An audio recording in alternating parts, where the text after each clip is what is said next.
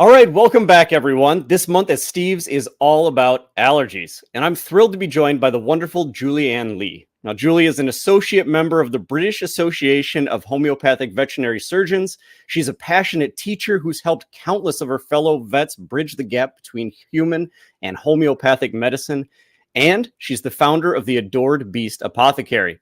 Now, at Steve's, we are huge fans of Adored Beast. They create some amazing holistic pet care products. Julie, welcome. It is an honor to have you here. Thank you so much. It's an honor to be here. I appreciate you coming. So today we're talking all about allergies. I'm hoping we can help our listeners look at allergies, maybe not as the problem, but as a symptom of a problem, and then offer some tips for helping out all those itchy, uncomfortable pets at home. Yeah. Well, you said something really interesting when you said as a symptom, because it's something that, you know, I had my veterinary hospital. I graduated as a human homeopathic, 4 years with the human homeopathic medicine program at UBC in Vancouver. And then I did 3 years with the British homeopathic veterinary surgeons. And then I traveled all over the world, learning from some of the very best teachers. Wow. And then I opened up the first licensed holistic veterinary hospital in Canada. I started in 97 practicing, and then it was actually took a very long time to get licensed. So it was 2000 when it was finally licensed. So a little pushback there. It was difficult. Anyways, so I always people would say, like, things just suppress the symptoms. And there's a funny word around symptoms. There's a funny feeling around symptoms, right? Mm-hmm. And from a homeopathic perspective, what we look at symptoms as an expression of the body. Mm-hmm. So it's like a body being able to tell you what's wrong because it expresses it. So there's a difference between treating symptoms and suppressing symptoms. There's a very, very big difference, or supporting the body to move through the symptoms by looking at the symptoms, understanding physiology, understanding the way the body works, and then giving the body the tools to regulate that whatever is causing it, whatever the underlying problem is that's causing these symptoms or creating these symptoms. So you look at it almost as a form of communication. This 100%. Is how the body. Oh, okay. Wow. 100%. Yeah. So when you muzzle or suppress or Band-Aid, or I always say put like vet wrap or, duct tape around the symptoms are still there. I compare it often to like a burst pipe, where there's a hole and there's a leak, and then you take I always say vet wrap because I'm with horses all the time. You take duct tape and you wrap duct tape around it. You have it and it stops leaking. It's awesome. Yeah. Like there's no more water spurting out. Similar with allergies, like the itch goes away. But really what's happening is underneath that hole's getting bigger because you haven't fixed the problem. You've just stopped us from being able to see it. And then eventually that tape falls off, or you have to stop your prednisone or atopica or whatever you're using. And then the symptoms come back with a vengeance, right? Wow. Like putting on earplugs to block out the sound of the communication. Yeah. The body's trying to communicate and you're just like, nope, no. Yeah. Or it's like a rebound effect, like you're pushing to stop it. And then you take that off, whatever you're pushing down with, and it comes back and it kind of rebounds, right? Wow. So that's why we see a lot of animals, people, whatever, when they come off drugs, the symptoms even look worse than they did, prior to, Sure. So symptoms is an interesting word. We as homeopaths like that word. So, and it's a really interesting, just different shift in philosophy. That's all. Right. Absolutely. It would be really hard to treat issues without any symptoms, right? Because you wouldn't have any clues to go on. Yeah, that's right. Oh. Yeah. So, okay, now I went off on the symptom. rabbit hole. What was your question? Absolutely. We didn't even get to them yet. We were already just learning. We were just sitting here learning right from the start. Did he have a question? No, let's circle back to right. So I always like to start right at the beginning. Can you explain what an allergy is and then why they make our pets so uncomfortable? Yeah. You know, I'm every single time you ask something, just be prepared because it's usually never a direct, like just straight answer. Right. Allergies are when the body reacts to a foreign, something foreign in an overreactive way. So you might be able to eat chicken, or your dog can eat chicken, or your cat can eat beef, or whatever, and be fine. Another animal eats the same thing, or sniffs the same pollen or whatever, and the body recognizes it as an enemy, right? So And then it's not this allergen attacking the body. It's no, the body reacting to whatever it thinks is a threat. that's right. That's Okay. right. And what's very odd is because a lot of these allergies are something that is really, it shouldn't be, especially in our animals. Like meat, like beef Right. protein, or pollen, like being outside and pollen, things Right. like that. So it's an overreactive response to something that really we shouldn't be reactive to, or they shouldn't be reacting to. Mhm. And there's through the over 25 years I was practicing, and I worked with literally thousands and thousands and thousands of allergic animals. Yeah. And there's a very fine line of being sensitive, right? Having sensitivities and full-blown allergies. Mhm. So sometimes it really doesn't matter, right? So that's the other cool thing about the way I practice, is that I in the way I look at health, Mhm. is that it's like I'm a bit of a nerd, and I've done, I'm just like a science freak, but I look at it as, okay, it's some information that we can Mhm. have, but again, what's causing it? Like, why do they have an allergy? It's like, okay, great, they've got an allergy to like this many things, and then you take this many things out of their food, out of their environment, and then 6 months later they're allergic to this many things again, right? Because we're Very clear. not getting down to the real issue of why they're either allergic or reactive, right? Like Sure. why the body's reactive. Mhm. So yeah, and what else is really interesting Mhm. is that it's we're getting more and more and more of it. Like people with allergies to like like everything, environmental allergies, animals allergic to every single protein, like Mhm. it grass, it's Right. intense. It's Yeah. really intense. I I remember. ran pet stores for 10 years or so, and we would see it every single day. If folks knew how many people ahead of them that day had brought in an animal and said, "Oh, he's allergic to this and this and this," they'd be Yeah, asking that question, "What's going on? Why are these animals allergic to life?" I know, Yeah. and I remember when I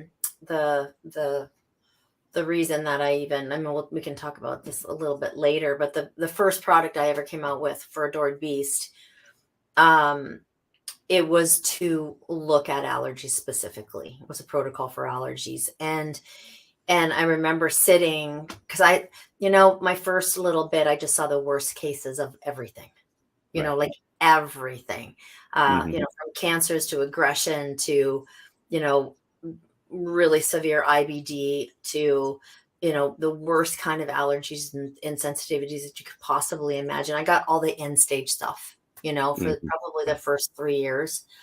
And I remember going to a conference and, always thinking, I want to do work with cancer. I've seen way too many animals with cancer. And then I remember a vet, she was an SPCA, I think she was like the head SPCA vet of all the United States. And she said the number one reason for elective euthanasia was skin disease. Wasn't Wow. the reason, wasn't like, wasn't what the number one reason for death, but Sure. it was Right. but it might as well have been because they Mhm. were euthanized, right? Right. And I was like so blown away by that. And also, you know, I'm such a freak about nothing suffering. Like I'm a little crazy around that. And you know, it's why I formulate, it's what, you know, my clinic in 1997, we didn't have a steel table in my clinic. Every Wow. animal was examined on the floor on, you know, leather ottomans that could be washed off after, you know, Yeah. it like everything was about them, right? Mhm. Like there was nothing about, is it easier to bend over or go on your hands and knees to take blood? It's like, well, get on your hands and knees to take blood because they're scared to get on the table. You know, like it's just, Yeah. I'm really, really anal about stuff like that.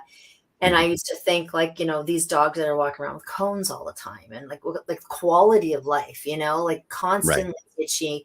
And the saddest thing for me was when they would be like removed from the family, you know, like Mhm. too stinky to get on the couch, too stinky to get on the bed. The kids don't want to play with them. They're embarrassed of them when other kids come over and say, look what your dog, you know, what's wrong with your dog or what's wrong with your cat or, you know, like Right. just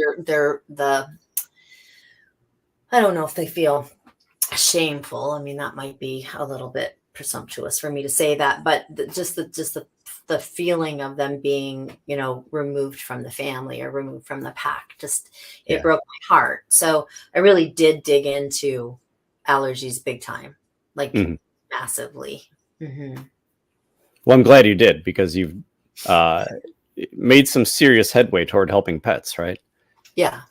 Yeah. Yeah. I was one of the first people to talk about, if not the first, to talk about leaky gut syndrome in dogs and cats. Mhm. Um, and and you know, even like microbiology and the gut microbiome. I remember 2000, was it 2006, I wrote an article. I had a big column for the Vancouver Sun, and I wrote an article about probiotics and pets. Mhm. And I was fined $3,000 from the vet association and got had to retract my whole statement because there was no research showing that, you know, that the microbiome of the gut was affecting anything or that probiotics would work or anything like that. And so we've Right. come a long way, which is amazing, Yeah. in a short period of time. But you know, from a perspective of allergies, you know, it's a multifaceted approach that I take when it Mhm. comes to that. So yeah, it's it's very interesting. Mhm.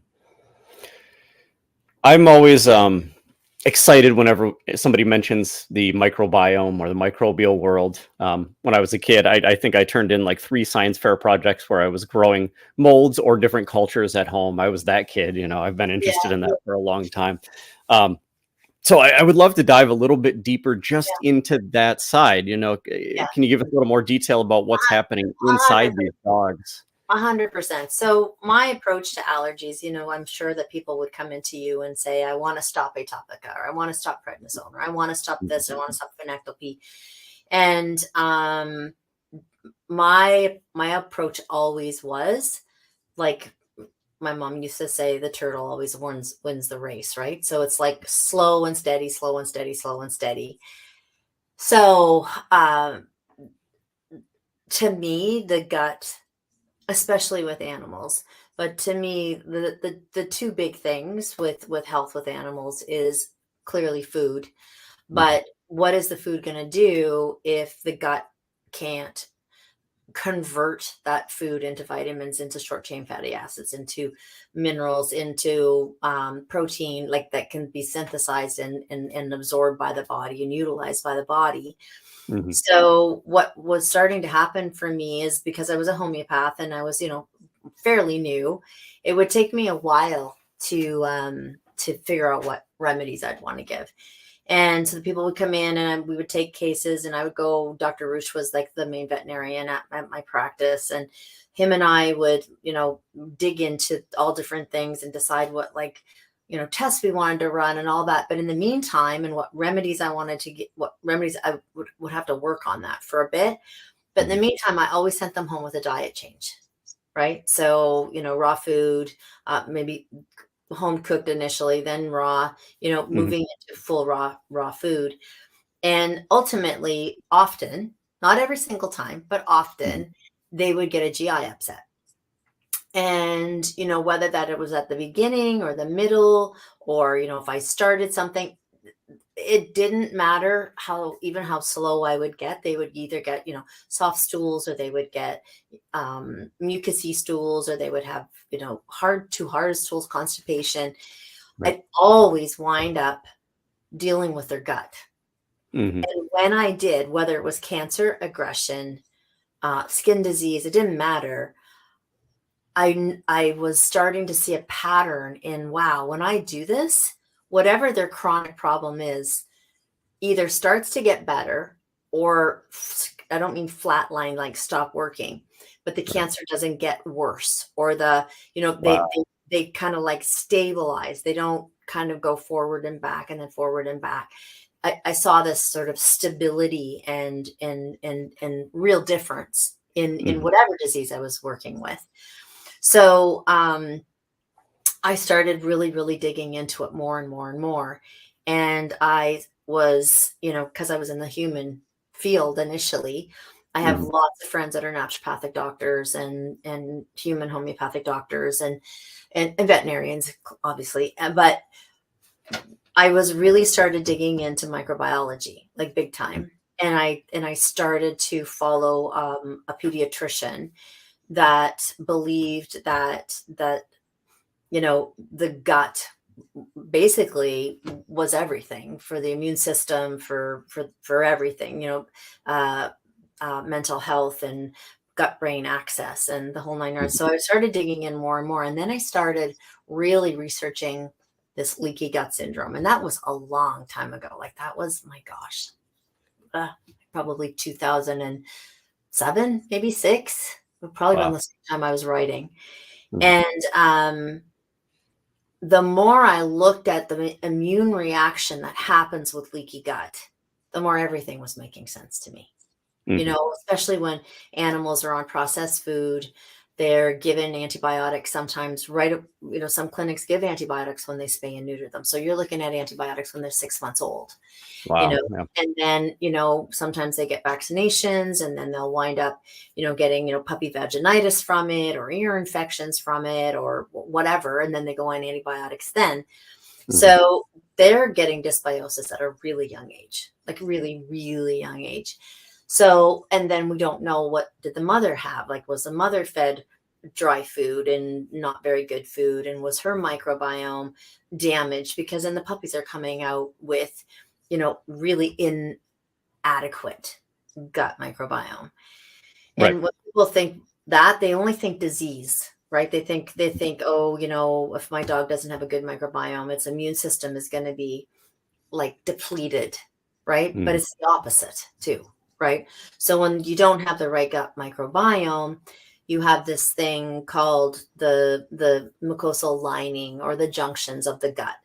And the junctions of the gut are supposed to be really your first form of your skin is your first form of defense.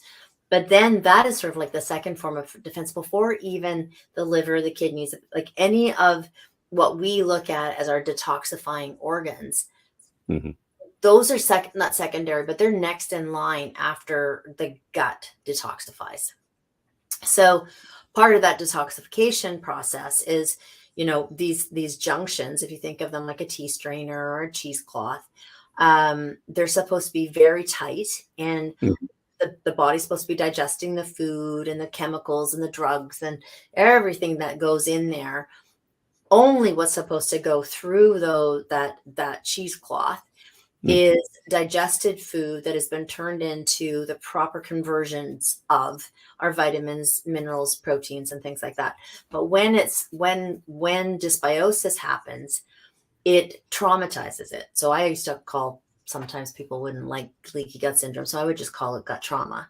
And when you think of gut trauma, you think of inflammatory and scarring and all of that stuff. So it becomes non-pliable, and it starts to stretch open when it's inflamed.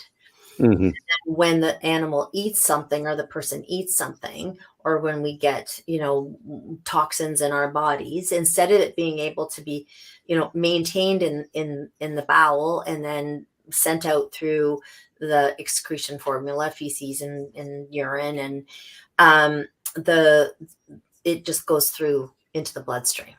Right. So it goes into the bloodstream. It goes into in the size of a macro, not micro. And it doesn't matter. Like it could be like the cleanest, most beautiful, organic, grass-fed beef on the planet. It's not supposed to be going into the bloodstream in that form, right? So then the body goes, holy man, what is this? This is not supposed to be floating around in my bloodstream. And it attacks it. And then often either it becomes a reactive process, or it saves it as an antigen, so that it recognizes it as an enemy every single time they ingest it. Wow. And to be honest, it doesn't really matter which one it is, because what you need to do is you need to be fixing the gut, so that in healing the gut, so that doesn't continue to happen. Because that's when the animal's allergic to absolutely everything, because it just keeps leaking and keeps leaking. But what's so interesting, that I find so interesting, is before even that starts to happen and you actually see signs and symptoms, our animals are fed so well, but a lot of animals actually have they're malnourished, malnutrition, because the conversion rate's not happening in the gut with the postbiotic effects and the pre and probiotic doing their magic. And so they're actually not, they're not getting and utilizing their nutrition, right? So you get that, and then you get this reactive process, and then you get chronic inflammation, and then you get autoimmune disease, which is what allergies and overactivity is. As the body's gone into a hyper state of alert. It's reacting to all sorts of different things. I'm not quite sure what that is. I'm going to react. I'm not sure what that is. I'm going to overreact. Right. Yeah. And then it starts to react on itself. Right. So once there's nothing kind of floating around, or if it is floating around, it attacks its own cells. And then you get things like immune mediated diseases like Cushing's, and autoimmune hemolytic anemia, or autoimmune polyarthritis, or Addison's, or like all of the autoimmune diseases that are happening. And I look at allergies as not just skin disease, but collapsing tracheas, and reverse sneezing, and chronic conjunctivitis, and chronic ear infections, and there's a lot of things that show in symptoms that aren't your basic skin disease symptoms. And then if you suppress them, or you don't take care of them, or you don't look at them as a body going, hey, yes, I'm a little chihuahua, and maybe when I'm 11 I should be getting collapsing trachea, but I'm only 3. And I have collapsing trachea. To me, that's like, okay, what is going on? Because yes, you might be susceptible to that when you're an old little guy, but you shouldn't be having it when you're 3 or 4, right? Or you shouldn't be having arthritis if you're a lab or a German Shepherd, or blowing your cruciate ligaments and doing all those things when you're such a young dog, or young cat, or young horse, or it just shouldn't be happening. So it really is a predisposition of what's going on, and then how it's responded to from a place of drugs or whatever. So when it comes to the gut microbiome, it's not like the first product I ever put out was a leaky gut protocol, because it was too complicated for people to try and figure out on their own. I mean, first of all, people didn't even know what it was. They thought they thought I flew in on a broom too when I opened up my vet clinic, and was like, spiders, do raw food, do this, do that. It's like, but when I have a really amazing business partner, Dion Albert. And, when we started off, I said, I want to launch this leaky gut protocol. And everyone was like, are you insane?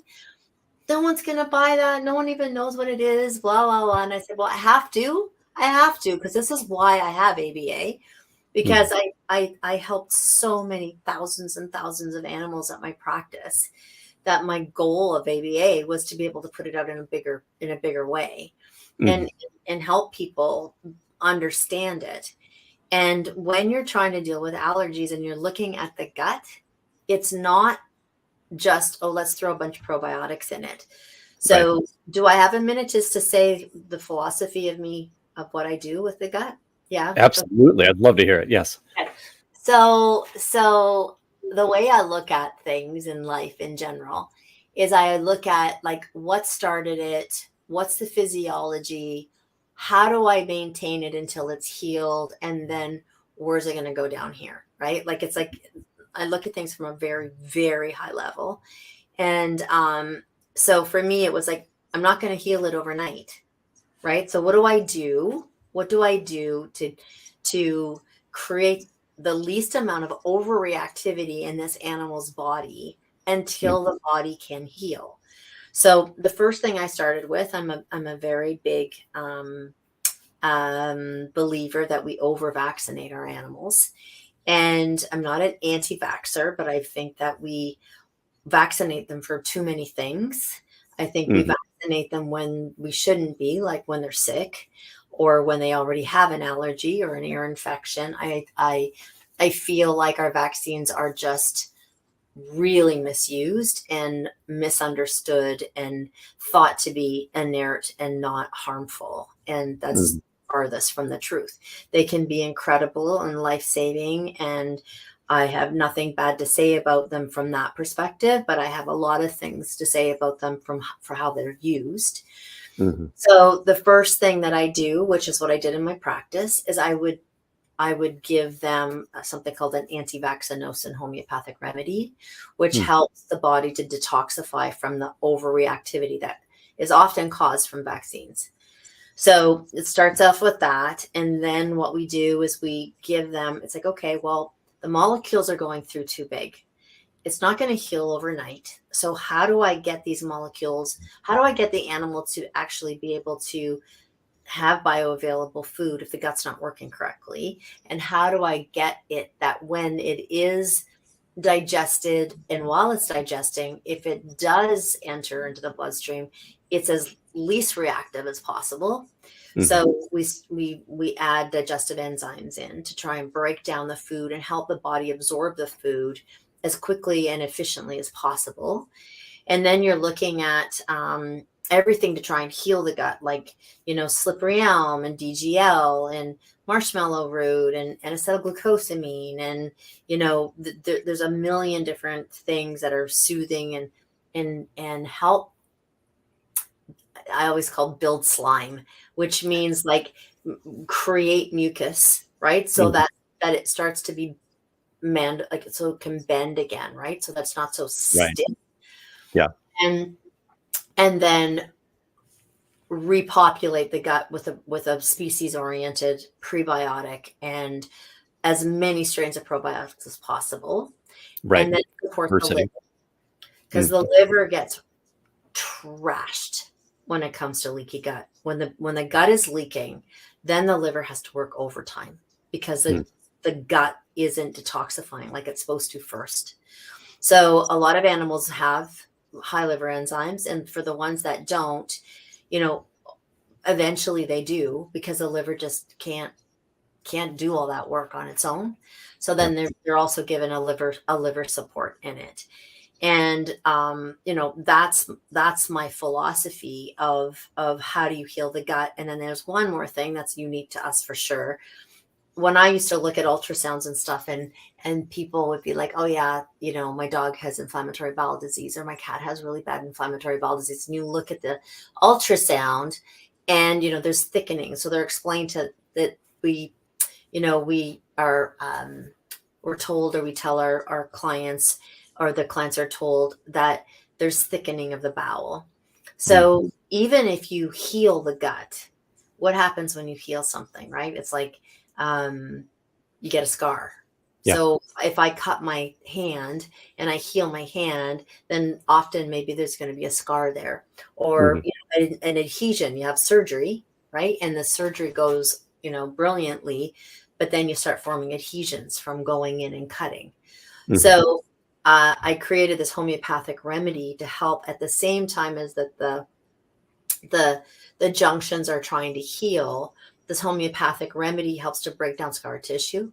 So it has like homeopathic collagen and calendula, which increases the epithelial cells, and then something called thiocyanium, which is something specifically to break down scar tissue, so that once it's healed, it works to its optimum. It doesn't have a lot of scarring and thickening and adhesions and stuff like that. Right. So it's a lot. It's a big process, but I made it really simple. That you can use it. And I really believe in my heart that a large component of allergies or reactivity is not just poor microdiversity and stuff in the gut, but that the gut isn't functioning correctly and there's gut trauma. So do you think that's kind of a root cause for most allergy prone pets? You know what? I do. Yeah. I think it's the highest cause. I do. The other thing that I think is food, right? But I always look at it as like, okay, 100%. What's causing it, right? So we can go through a list of things: poor quality food, non-species oriented food, too many, drugs, dysbiosis from the overuse of antibiotics. Stress is a big one. Even stress, even if your dog is eating clean or your cat's eating clean, if your animal is under undue stress, or it's not getting enough exercise, or it's alone too much, or it's not having enough emotional connection, or it's bored, that's a big one. That's a big one for me personally, because I feel like we don't pay enough attention to often don't pay enough attention, or at least species attention to our animals. We're very species oriented with our food. And, I've been doing this research and launching products with species specific probiotics, which is something I do want to talk about with allergies. Yes. But do we do enough species oriented lifestyle? Are we letting our dogs do things that dogs do, or are we letting our cats do things that our cats are doing? Do we let our horses be horses? Like, are they under undue stress because we're not looking at the species from that perspective? So there's things that we can look at, right? So food's a big one for me. It's the first thing that I changed when I was at my practice is, everybody went on raw food. So everything went on raw food, some faster, some slower, depending on their diseases, depending on what they were on, if they were on chemotherapy or they were on, really intense immune suppressive drugs, then it would be slower. But definitely food. So food, but then the food actually causes the leaky gut, right? So it's inevitable that if they get dysbiosis or they're not, their microbiome is deficient, that gut trauma is going to happen at some point. And I do honestly in my heart believe that it is the one of the biggest issues that they have out so many allergies and reactivities. I would absolutely believe it. I mean, there are a lot of species inappropriate foods out there. I'd say the bulk of dogs are probably eating species inappropriate foods. But there's other things that you pointed out that can contribute to that gut trauma as well. I'm of a believer that, I have a hard time compartmentalizing things. So, I can't go, okay, well, it's just the gut, or it's just this, or it's just that, or it's just this. It's not how the body works, right? It's accumulation of many, many things. But I want to say for anyone that's listening too, the sad thing about the hard thing about skin disease is it's so hard to watch. Yeah. So for people out there that are putting their animals on atopica or prednisone, or, sometimes when you love something so much, you hit a wall, and then you just need it to stop. You Mm-hmm. can't watch them suffer. There's arguing with, within with spouses because of money, or because of, the stress. Like it causes a great deal of angst Yeah. amongst the family too. So, I don't judge anybody for, running and putting their animals on drugs because they just can't handle it anymore. But then usually what winds up happening is then the drugs stop working, and then they're back in the same place or worse. Right. And that's when they reach out to you, or they would come to my clinic, or, they reach out to ABA, or, this is like, we can't do this anymore. Like, we can't watch them suffer. Hence Mm-hmm. the vet in, my dog's snoring. Hence the vet saying that the number one reason for elective euthanasia is skin disease. It's your animal gets to a point where it's not having very good quality of life. Yeah, absolutely. Yeah. So, Henry. So, yeah, it's but what I wanted to touch on, which I didn't know this, right? Like this, I Mm-hmm. didn't know this. I mean, I've been looking into species oriented probiotics and for 5.5, almost six years now. Mm-hmm. And what fascinated me the most with that was, that the probiotics that we started with was Phytospora, which came from dog feces. So we created a probiotic, and we started researching and isolating the bacteria from dog feces. So like Mm-hmm.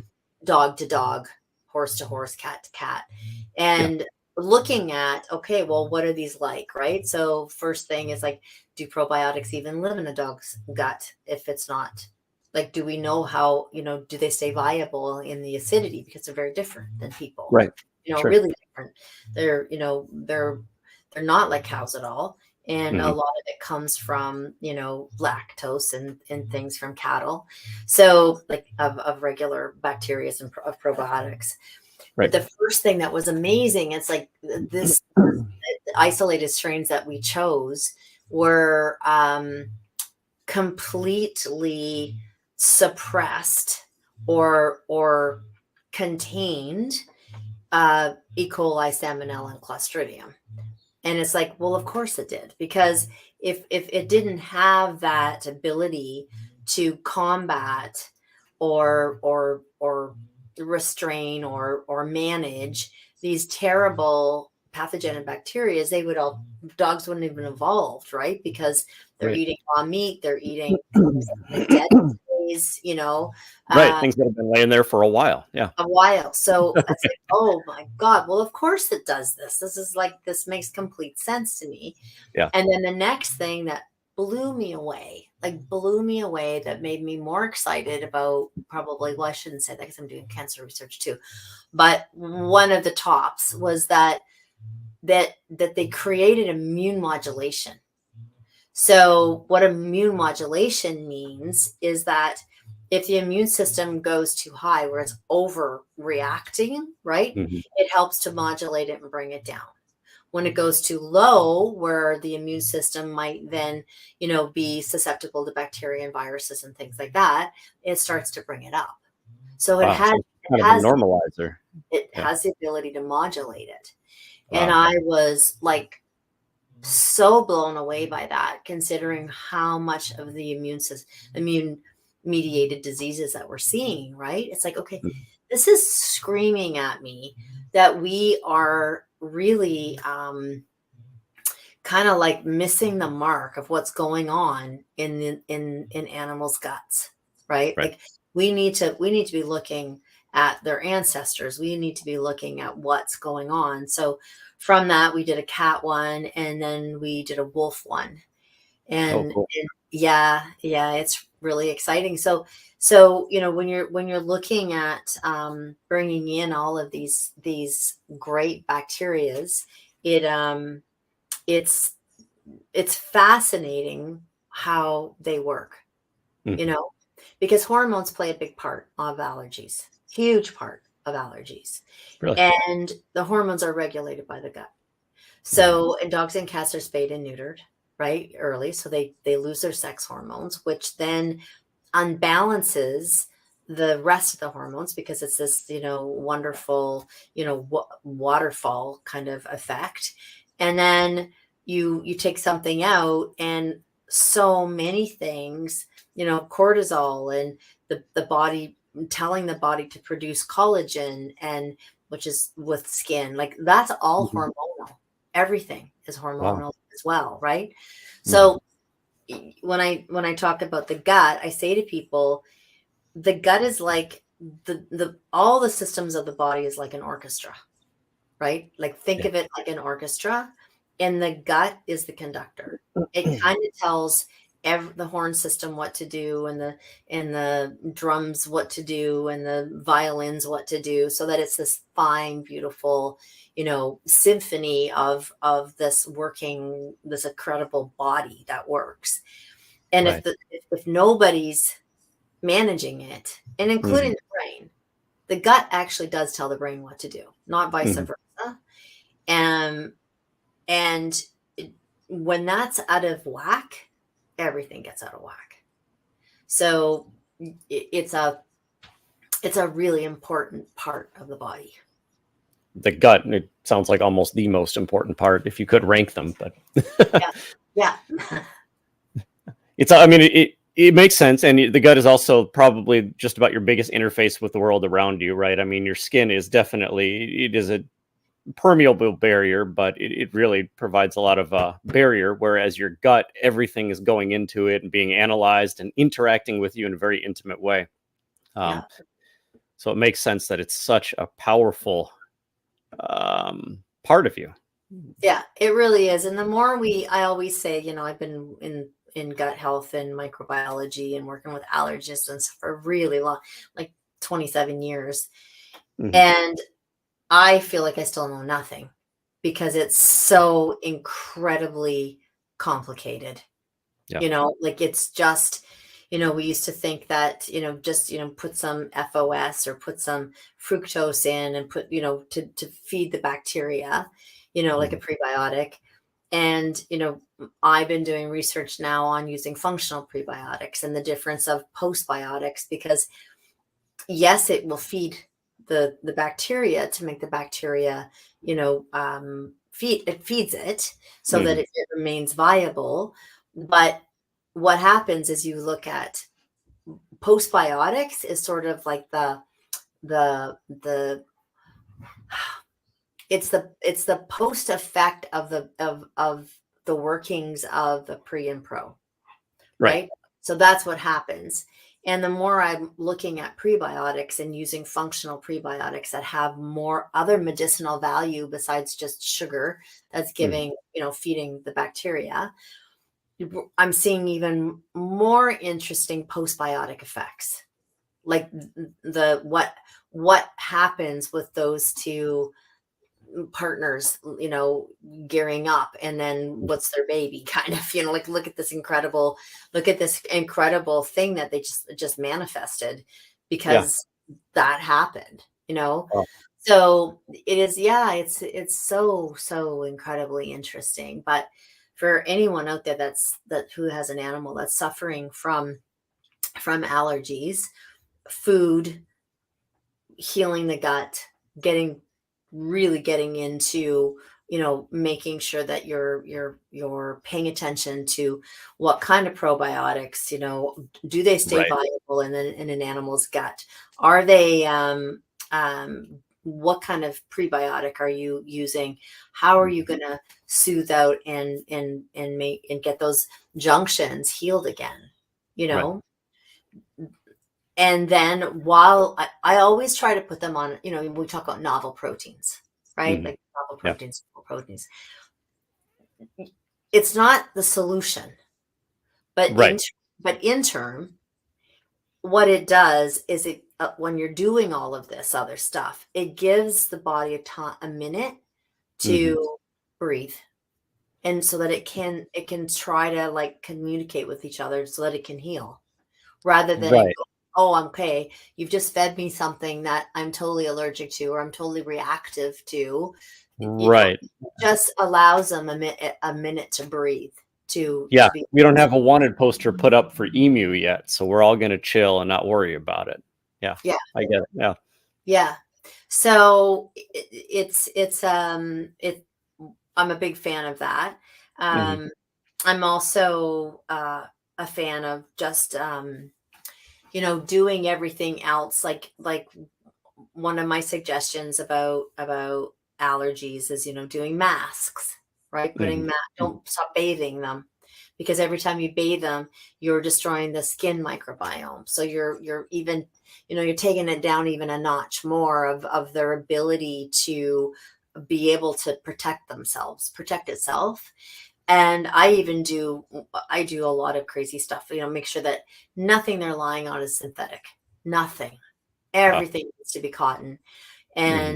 And the reason is because we've shown that yeast and pathogenic bacteria breed exponentially stronger on synthetics than they do Right. cotton. Yeah. It doesn't breathe at all. No, no. And so using cotton sheets, like trying to be aware of everything that can, just like I said, give the body some reprieve. Hmm. And then the other thing that I've even gotten people to do, because I am a big believer in cross species contamination. So, I'm hugging and kissing my dogs and cats constantly, and my horses and stuff. I know I have the microbiome of my horses and my Right. dogs and my cats. Like, it's just impossible that I don't. Internally, you're a zoo. Yeah. You are. You are. I am. And so are they, because Yeah. I'm constantly kissing them and they're around me all the time. So I tell people, before you have a shower, take a cotton towel and rub yourself down, right, with a cotton towel, and then put the cotton towel on your dog's bed or your cat's bed, so that you actually get the bacteria, the cross species bacteria from you, because you're living with them all the time, right? Like, Hmm. you're in their environment all the time. Yeah. So I go to great lengths with the really, really itchy dogs and cats to Hmm. try and figure out, it sure doesn't help hurt. Right. And as far as drugs go, it's working with your vet, right? Yeah. Like, don't I often tell people, could you talk to your vet about microdosing, right? Rather than just doing the same old, one day and then not the next day, and then alternating days, and you're weaning them off, but you're weaning them off still in the really conventional way. Right. So for me, I like to, it has to be through the vet. A gazillion has to be through the vet. Hmm. And it depends on the drug too. Like prednisone, it works very well. But talking to your vet about, like, you add this and then you add this and then you add this, and then you start to sort of see that they're balanced, and then you start slowly going down. And then all of a sudden, if they have like an outbreak or if they have a relapse, just going up to that little bit of that micro dose, just Don't a go back up to the full dose. Yeah. don't go full. No, you just go back up. You have to take it. You have to have a menu, like a diary, and you're Hmm. writing down all the time and making sure that that you're not changing foods or nothing else is different. And then if they start to decline, you just have to bring them back up that little tiny bit, and then Hmm. you stay there for a little while more, right? So the animal's allowed to. I know tons. I've worked with tons of vets, and have had these conversations with them, and they've tried them, and it works. It works really well, rather than they're on it and then they're off of it and they're back up on the full dose, and then they're like, it's just so hard on the Yeah. body. Yeah. Absolutely. So you've covered some really cool tips, really great information already. But I'd like to circle back and start. If I have a dog with allergies right now, what's my first step? What should I do?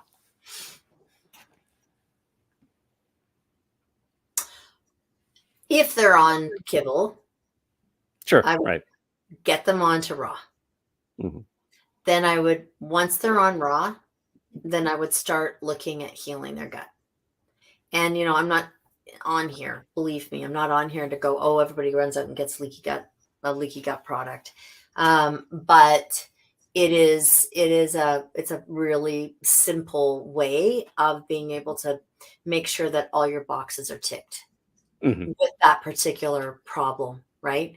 Yeah, it's something that I've recommended several times. Go check you guys out and check out your leaky gut protocol. Yeah, and yeast, right? We have a yeast protocol as well, because that's a different beast, right?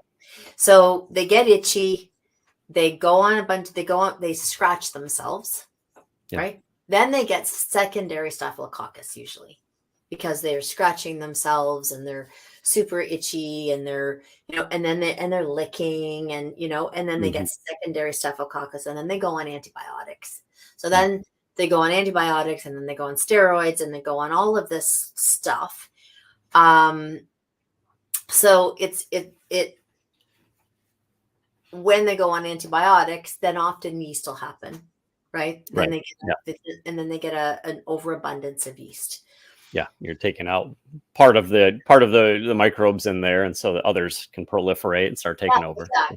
Exactly. Yeah. So then you're in this position of, I'm going to say this quickly because a lot of people think that the allergies are getting worse, but I've seen this a million times, and it's why I did the yeasty beast protocol.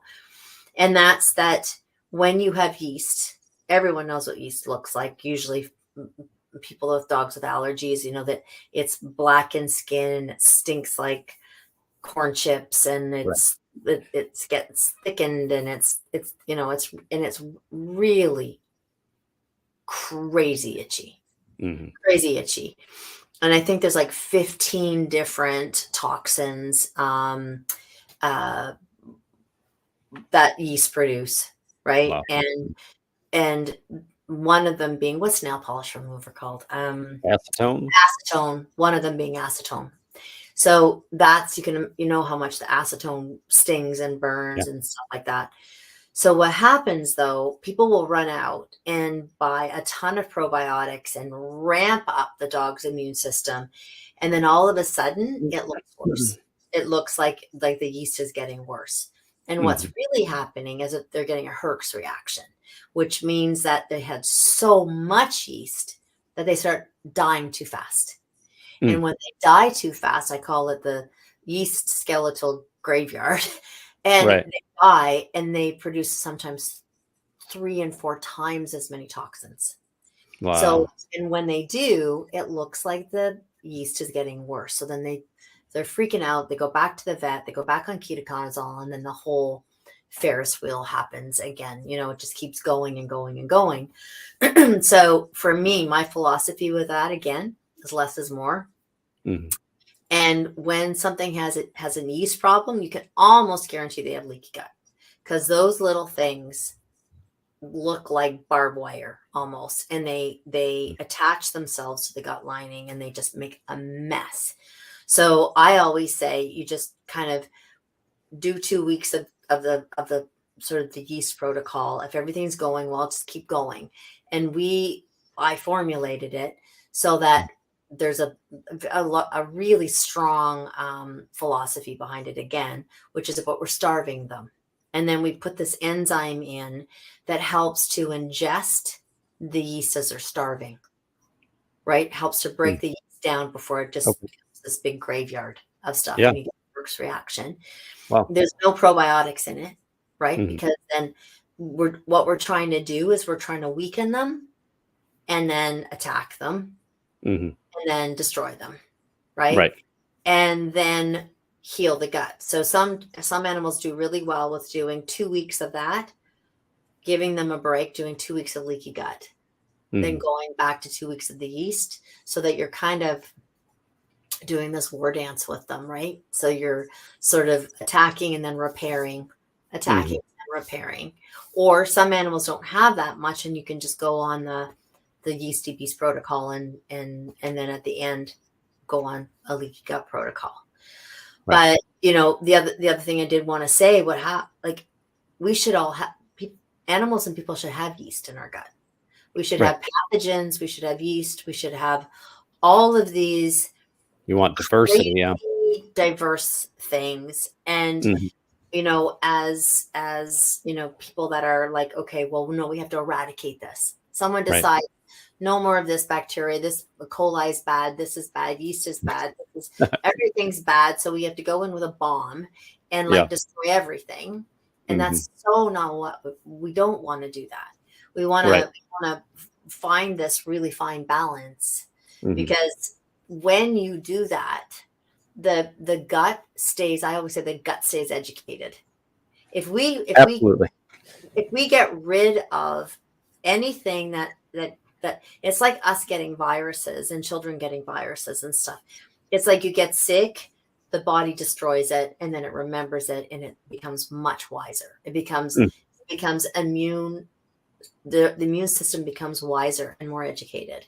Well, the Right. same happens with our gut. So Mhm. the more our gut gets challenged and has the tools to, react in the correct way, the Mhm. stronger we get, the stronger the animals get, the stronger our gut gets. But if that's not the case, our guts get lazy, right? Mhm. And it doesn't, the immune system doesn't stay as sharp. It doesn't, it just becomes, I don't know. It just, our guts are built to be challenged Yeah. and to have the correct, community of workers and armies and, Mm. not so great great community members. And that's how Yeah. it's supposed to be working, Mhm. right? Yeah. And you set the tone for all of that based on it all goes back to what you feed at the beginning, right? I mean, if you feed inappropriate foods, something is going to eat that food in their gut and something is going to proliferate. It just won't be the microorganisms that you want. They don't match that animal. Right. And so I always go Exactly. back to you got to feed a species appropriate diet Yeah. to help balance the gut. Yeah. And a good microbiome is a fantastic, it's your immune system's educator. I always think of it as, it helps Yeah. provide that education so you don't freak out when you ingest some pollen or when you come into contact with these allergens, with these Yeah. potential Or allergens. you eat something that's a little off. You're not in the hospital with like massive, Right. food poisoning and stuff. Like, I'm not Yeah. talking about something horrific, but Right. I ate a dead squirrel I found on the road the other day, and that did put me in but that was a bad choice. yeah. Totally. Yeah, it's funny.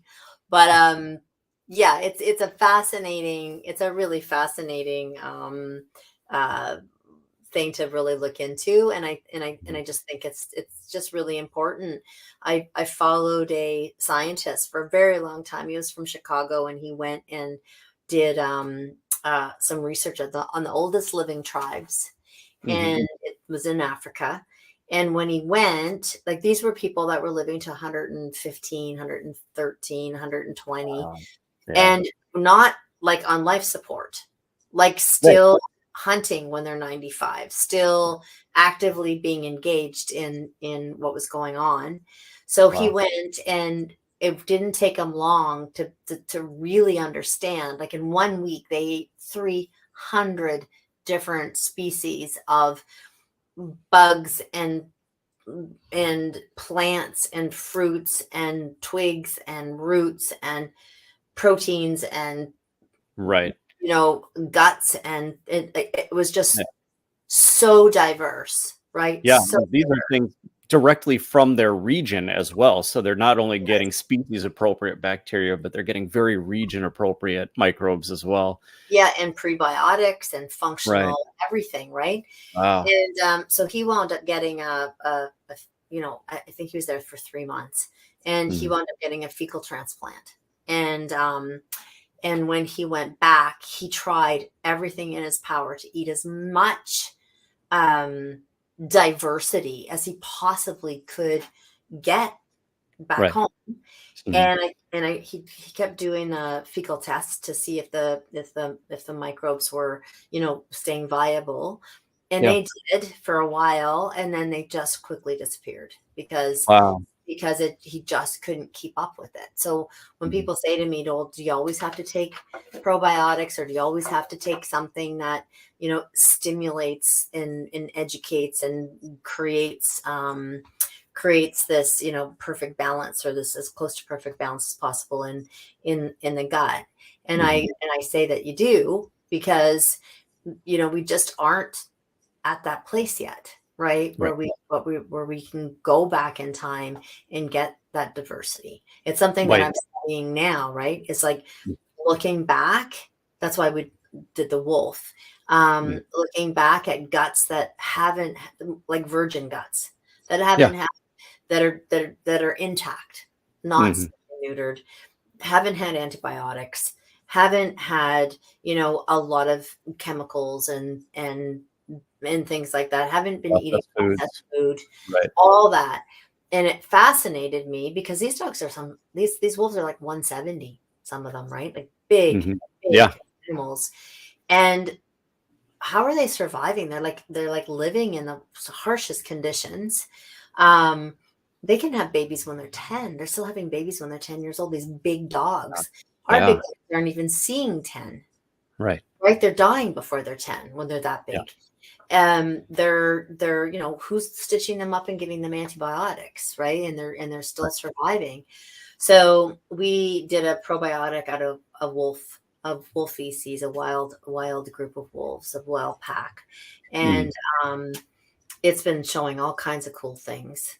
Wow. So yeah, like it's a wild world out there when it comes to that. Yeah. But you know what I say to people is it it's the first thing that I go to with allergies Mhm. is addressing the gut, really good food, and trying to have as much joy and fun with your animals as you can, you Right. know? Yeah. Reduce that stress, give them a reason to get excited, to be happy, to create some happy chemicals. Sure. Yeah, for sure. Yeah.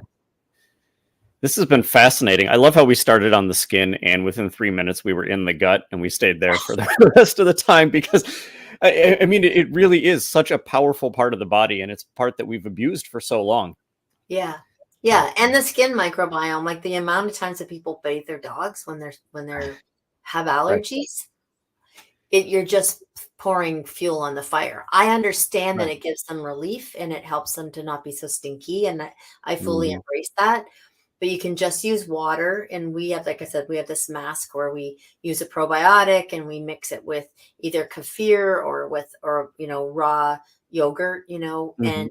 and we massage it all in and we leave it on in the bathtub for, we have on our website, we have the recipe, and then we leave it on in the bathtub and then we rinse it off. We don't rinse it off with soap and water and whatever. Right. You don't But it's wash it off. amazing because it breaks down. It breaks Mm. down sebum. It does all the stuff that they smell nice at the end of it.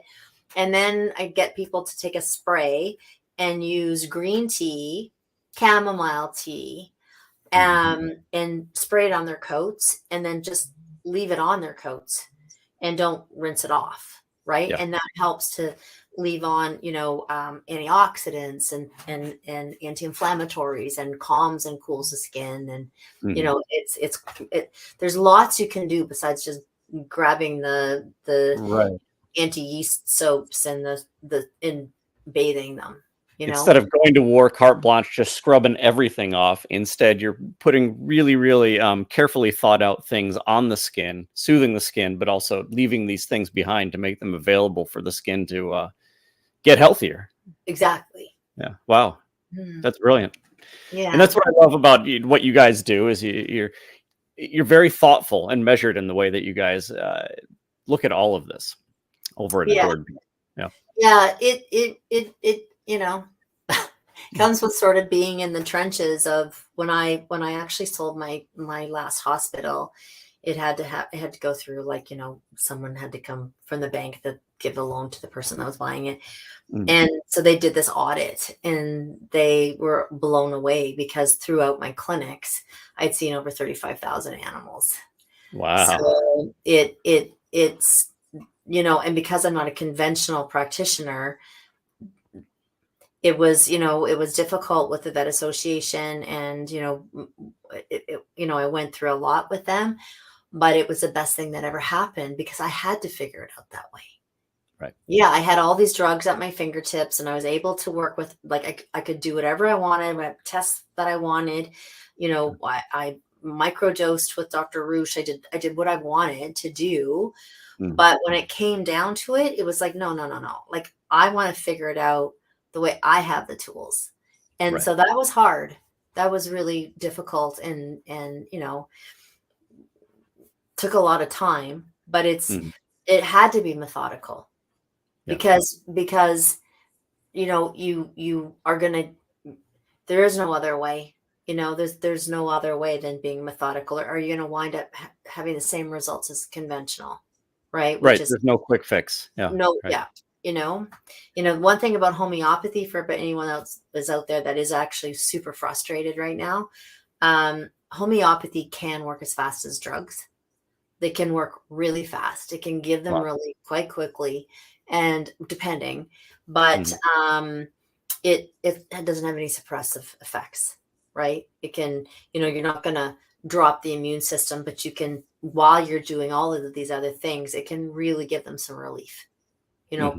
quite quickly. Right. This has been really fascinating.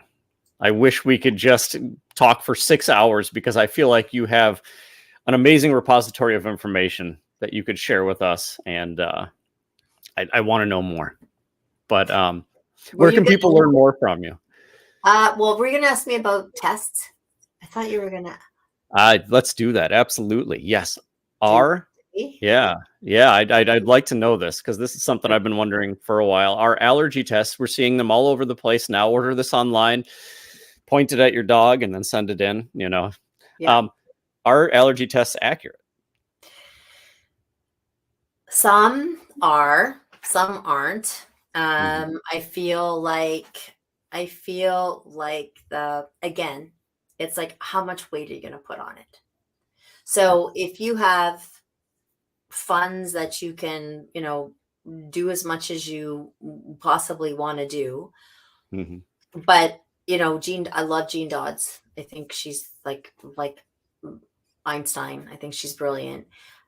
So her saliva test, I used to use it my practice, and I recommend it a lot. Hmm. But whatever you get, I always say to people, I don't mean take it with a grain of salt, but you can't look at it and go, oh, I'm going to take all these things out of my dog's thing, and then it's going to be okay. And we're fixed. And that's kind of why I skipped over it, because you had answered that throughout the entire thing, where we have to address the underlying issue. Yeah. But they are helpful. Like, if I was to get something back, let's say from Jean, Hmm. Dr. Dodds, Yeah. and and someone brings it into my practice, and I look at it, then that would be like, okay, awesome. For the first 3 months, let's, take out this stuff, Yeah. right? Like what I was talking about, giving them a reprieve, Absolutely. right? Yeah. I mean, you can also do that by, if you don't have the funds and you're trying to do everything on the planet, and you're trying to buy them really good food, and you're trying to do the probiotics, and you're doing all of that, and you don't have the resources to put it into everything. Going to like you were saying about your stores and stuff, going to someone that you can trust that way, and going, okay, this is the food he's been on. Like, you can do it a lot yourself if you know what your dog has eaten, Hmm. right? You can Yeah. go through the list. You can Hmm. look at it, you can look at the back, you can look at the labels of everything that they've been on, and Hmm. then try and find the most obscure um, um, protein, and staying away from the common things, Right. and staying away from sugars, like trying not to have Hmm. sugary vegetables, and Yeah. putting them on, if you're going to use milk, making sure that it's raw milk, Hmm. and not processed. Even yogurt, like, if you're going to give kefir, you're going to give yogurt, you're going to give milk, then try to make sure that it's raw, because Hmm. that's the big component of that, right? So, do I hang my hat on them? No, never did. I remember at my clinic looking at them and going, holy, how would they have ever eaten that? Like, that is Right. crazy, like unless it's How are you allergic to gopher? Right. What's going on? I know, or I don't know. And taking what I could from it and using it and utilizing it as best to my ability.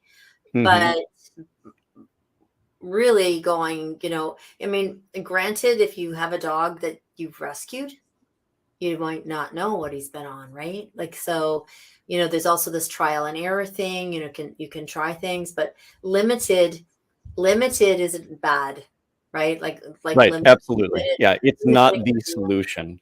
Yeah. no, because that's like saying to you, I remember talking to a naturopath once and they said, yeah, you can just stop eating tomatoes, but then you're going to have to stop eating grapes, and then you're going to have to stop eating this, and then you're going to have to stop eating that. It's like, what we want to do. This was when I was young. What we want to do is make your body so strong that you can eat whatever you want again. Absolutely. Right. It's not normal for an animal to only be able to eat duck and sweet potato and a handful of synthetic vitamins and minerals. Right. No. Oh, that's another thing. Synthetic vitamins and minerals. Like they do often, they do the absolute polar opposite. So people are, going out and purchasing these vitamins and minerals and spending their hard-earned money, and it's actually oxidizing their cells. Like they're not antioxidants. It works against them. It actually works in a polar opposite way when they're synthetic. Most of them. Wow. Yeah. And, we have to be careful of oils, that the oils aren't rancid, Yeah, absolutely. I'm a big one for calling companies, making sure that there's transparency, asking companies, like, where did you buy this? How do you know that it hasn't been over processed and it was rancid before it even went into the container? Right. Like we're talking about fish oils and things like that now. Yeah. Absolutely. So, it's just empowering yourself and really digging in. And it's amazing what you're going to learn for yourself, even like for yourself and your family and your children. And it's an incredible journey when you actually take a minute to be like, okay, what's in my food? What actually is in my food? Yeah. What's in my animal's food? And what were the steps of that ingredient all along its life? Because some of this stuff, it shows up as just one thing on a label, fish, something like that. But it may have several processing steps before it got to that label. Oh, like de-smelling it and soaking it in bleach, so that it removes the color, or it's amazing. It's incredible. Oh, and one last thing I do want to talk about really fast. I know I always go over, but I looked at your shirt and it says grass fed on it, doesn't it? Oh yeah. It does. Yep. It does. So, people often ask me, is organic better than this, and is it better than that? And it's like, a happy animal that goes to slaughter is always better than anything because of the cortisol levels. So when you are using an animal that, you want to try as hard as you can to feed something that isn't full of cortisol. Right. Something that was humanely raised, had a good life, yeah, and had a good end of life. Right. Yeah. Yeah. Because if you don't, and you wind up, yourself ingesting it or your animal. A really good friend of mine, his name is Roger Harley. He started the first ethical treatment for farm animals in Ontario. And he said people didn't care. He had a butcher shop with ethical meat. This was long before it was cool. And he said to me, people don't care. They didn't really care until I could show them that they could eat, if they ate this much meat that's stressed out, that's factory farmed, that their body would produce, I think, 15 times the cholesterol than a steak that was like that big, that was ethical. Right. Look, I'm just telling you, you can eat more meat. You buy more meat and eat more of it. Heart attacks, right. Because the stress hormone makes our bodies and our animals' bodies, it converts into cholesterol. Okay. So adrenaline and cortisol and things like that. So Mm. it's very interesting. And there is so much hope for animals with allergies. So for anyone out there that's like getting to a point where they just want to give up, I can tell you don't. Absolutely don't. It just takes a little bit more thought. Like you said, it's very methodical. You can reach out to us at adoredbeast.com. And we have the most amazing customer service people in the planet. I love them.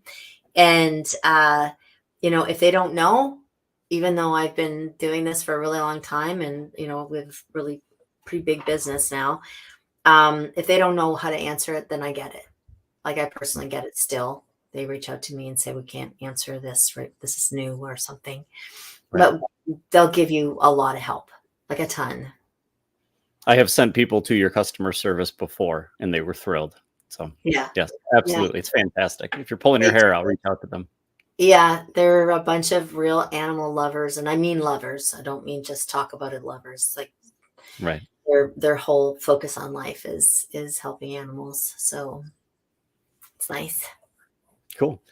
Was there anywhere else that people can learn more from you? You have so much information to share, and I know you're doing some really cool research right now as well. So where can people keep up with you? Probably on our site, Adored Beast Apothecary. We have lots and lots of blogs. I do, like tonight, I do an Ask Me Anything. So if you subscribe to ABA once a month, we have a lot of people that come on and anyone can ask me anything. It's called Ask Julie Anything. Mm-hmm. And that's the first Wednesday, I should say, of every month that happens live. And if you subscribe to Adored Beast, then you'll get the emails saying when it is. I don't know. I'm lecturing in Albany coming up. I'm lecturing in Virginia. YouTube, lots and lots of stuff on YouTube. We have a YouTube station. Awesome. And yeah.